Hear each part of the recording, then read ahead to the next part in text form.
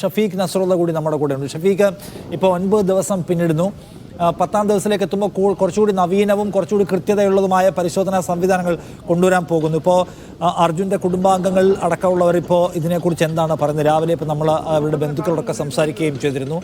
ഈ 9ാം ദിവസത്തിലെ അവരുടെ പ്രതീക്ഷ, അപ്പോൾ ഈ നിങ്ങളവിടെ രക്ഷാദൗത്യം ഈ തെരച്ചിൽ കണ്ടുകൊണ്ടിരിക്കുകയാണ്. അതിൻ്റെ ഒരു ഡെവലപ്മെൻറ്റ്സ് അല്ലെങ്കിൽ അതിനുണ്ടായിട്ടുള്ള മാറ്റം എന്തൊക്കെയാണ്?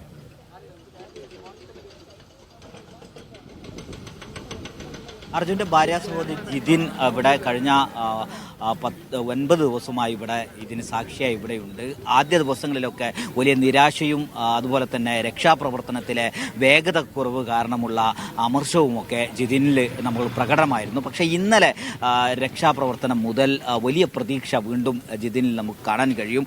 വലിയ വിശ്വാസം ഇപ്പോൾ ഈ രക്ഷാപ്രവർത്തനത്തിലുണ്ട് എന്നാണ് ബന്ധുക്കൾ സൂചിപ്പിക്കുന്നത്. അതിന് പ്രധാനമായ കാരണവും കഴിഞ്ഞ ദിവസങ്ങളിൽ ആർമിയും അതുപോലെ തന്നെ നേവിയും നടത്തുന്ന രക്ഷാപ്രവർത്തനങ്ങൾക്ക് കുറച്ചുകൂടി വേഗതയും ശാസ്ത്രീയ സ്വഭാവവും കൈവന്നിട്ടുണ്ട്. ആധുനികമായ ഉപകരണങ്ങൾ ഉപയോഗിച്ചുകൊണ്ടുള്ള തിരച്ചിലാണ് നടക്കുന്നത്. ഇതിൽ തൃപ്തിയുണ്ട് എന്നാണ് ഇപ്പോൾ കുടുംബം സൂചിപ്പിച്ചിരുന്നത്.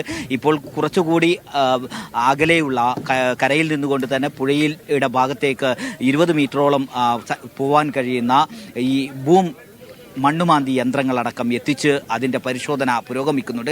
അതോടൊപ്പം തന്നെ ആർമിയുടെയും നേവിയുടെയും ആധുനിക സംവിധാനങ്ങൾ ഉപയോഗിച്ചുള്ള റഡാർ സിസ്റ്റവും സോണാർ സിസ്റ്റവും ഒക്കെ ഉപയോഗിച്ചുകൊണ്ടുള്ള പരിശോധനകൾ നടക്കുന്നുണ്ട്. അത് കൂടുതൽ വലിപ്പമുള്ള ലോഹ സാന്നിധ്യം സാധനങ്ങൾ എന്തെങ്കിലും ഉണ്ടോ എന്നത് പരിശോധിക്കാൻ, അതിൻ്റെ സിഗ്നൽ ലഭിക്കാൻ ഉപകാരപ്പെടുന്നതാണ്. അത് നാളെയോടുകൂടി കുറച്ചുകൂടി ഡ്രോൺ സിസ്റ്റത്തിൽ പ്രവർത്തിക്കുന്ന ഈ സംവിധാനങ്ങൾ വരും. അപ്പോൾ കൂടുതൽ സൗകര്യങ്ങൾ ഉണ്ടാവും എന്നാണ് ഇവരുടെ പ്രതീക്ഷ. ഇന്ന് വലിയ വേഗതയിൽ തന്നെ നേരത്തെ സുനിലൈസക്ക് സൂചിപ്പിച്ചതുപോലെ കാലാവസ്ഥ കുറച്ചുകൂടി അനുകൂലമാണ്. ആ ഒരു ആനുകൂല്യം കൂടി ഇന്നത്തെ തെരച്ചിലിനുണ്ട്. റോഡിനും അതോടൊപ്പം തന്നെ പുഴയുടെയും ഭാഗത്ത് ഇപ്പോഴും മണ്ണ് അടിഞ്ഞുകൂടിയ ഭാഗമുണ്ട്.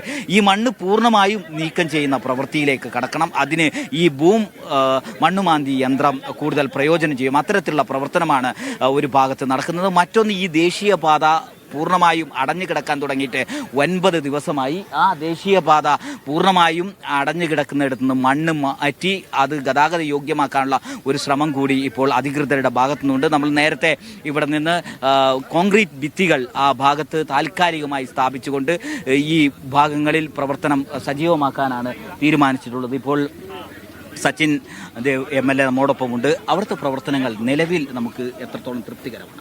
ഞങ്ങൾ രാവിലെ തന്നെ അങ്ങോട്ടാണ് പോയത്. ബൂം ലെങ്ത് ക്രെയിൻ സംവിധാനം ഇപ്പോഴങ്ങോട്ട് എത്തിയിട്ടുണ്ട്. അതിൻ്റെ പ്രവർത്തനം ആരംഭിച്ചിട്ടില്ല. അതിനാവശ്യമായ ക്രമീകരണങ്ങളൊക്കെ അവിടെ നിർവഹിച്ചിട്ടുണ്ട്. ഉന്നത പോലീസ് ഉദ്യോഗസ്ഥർ അവിടെയുണ്ട്.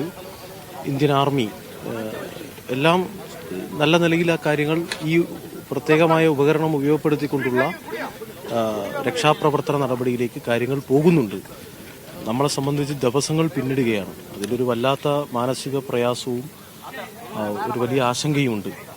എങ്കിലും കാര്യങ്ങൾ വളരെ ശുഭാപ്തി വിശ്വാസത്തോടെയും പ്രതീക്ഷയോടെ കൂടിയാണ് ഞങ്ങൾ കാണുന്നത്. തീർച്ചയായും അർജുൻ്റെ കുടുംബത്തിൻ്റെ ദുഃഖം ഒരു ഭാഗത്തുണ്ട്. വലിയ മാനസികമായ പ്രയാസം കേരളീയരെ സംബന്ധിച്ചും നമുക്ക് എല്ലാവർക്കുമുണ്ട്.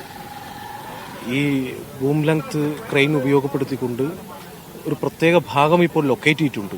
നേരത്തെ ആ കടയുണ്ടായിരുന്ന ലോറി പാർക്ക് ചെയ്തിരുന്ന അതിനോട് ചേർന്ന് മണ്ണ് മൂടി നിൽക്കുന്ന ഒരു പ്രത്യേക ഭാഗം മാർക്ക് ചെയ്തിട്ടുണ്ട് എന്നാണ് പോലീസ് മേധാവികളിൽ നിന്നും ചോദിച്ച് മനസ്സിലാക്കാൻ വേണ്ടി കഴിഞ്ഞത്. ആ ഭാഗം കേന്ദ്രീകരിച്ചുകൊണ്ടാണ് ഈ ബൂം ലെങ്ത് ക്രെയിൻ ഉപയോഗപ്പെടുത്തിയുള്ള മണ്ണുമാറ്റൽ നടക്കാൻ വേണ്ടി പോകുന്നത്. പുഴയിലേക്ക് ഇറങ്ങിയ ആ ഭാഗവും മണ്ണ് പുഴയിലേക്ക് ഇറങ്ങിയ ഭാഗവും മാറ്റുമെന്നാണ് അവിടെ നിന്ന് പോലീസ് ഇപ്പോൾ പറഞ്ഞിട്ടുള്ളത്. ഇപ്പോൾ MLAമാർ സൂചിപ്പിച്ചതുപോലെ ബൂം ലെങ്ത് മണ്ണുമാന്തി യന്ത്രം അവിടെ എത്തി അല്പസമയത്തിനുള്ളിൽ തന്നെ അതിൻ്റെ പ്രവർത്തനം ആരംഭിക്കും. ആ ഭാഗത്ത് പ്രത്യേകിച്ച് ചായക്കട നിലനിന്നിരുന്ന ഈ മണ്ണ് കുന്നിടിഞ്ഞ് പൂർണ്ണമായും ചായക്കടയടക്കമുള്ള പ്രദേശം മൂടപ്പെട്ട സ്ഥലമുണ്ട്. അവിടെ പ്രത്യേകം മാർക്ക് ചെയ്ത് അവിടെ പരിശോധിക്കുന്ന പ്രവർത്തനത്തിനായിരിക്കും ഇനി കൂടുതൽ ശ്രദ്ധ കേന്ദ്രീകരിക്കുക.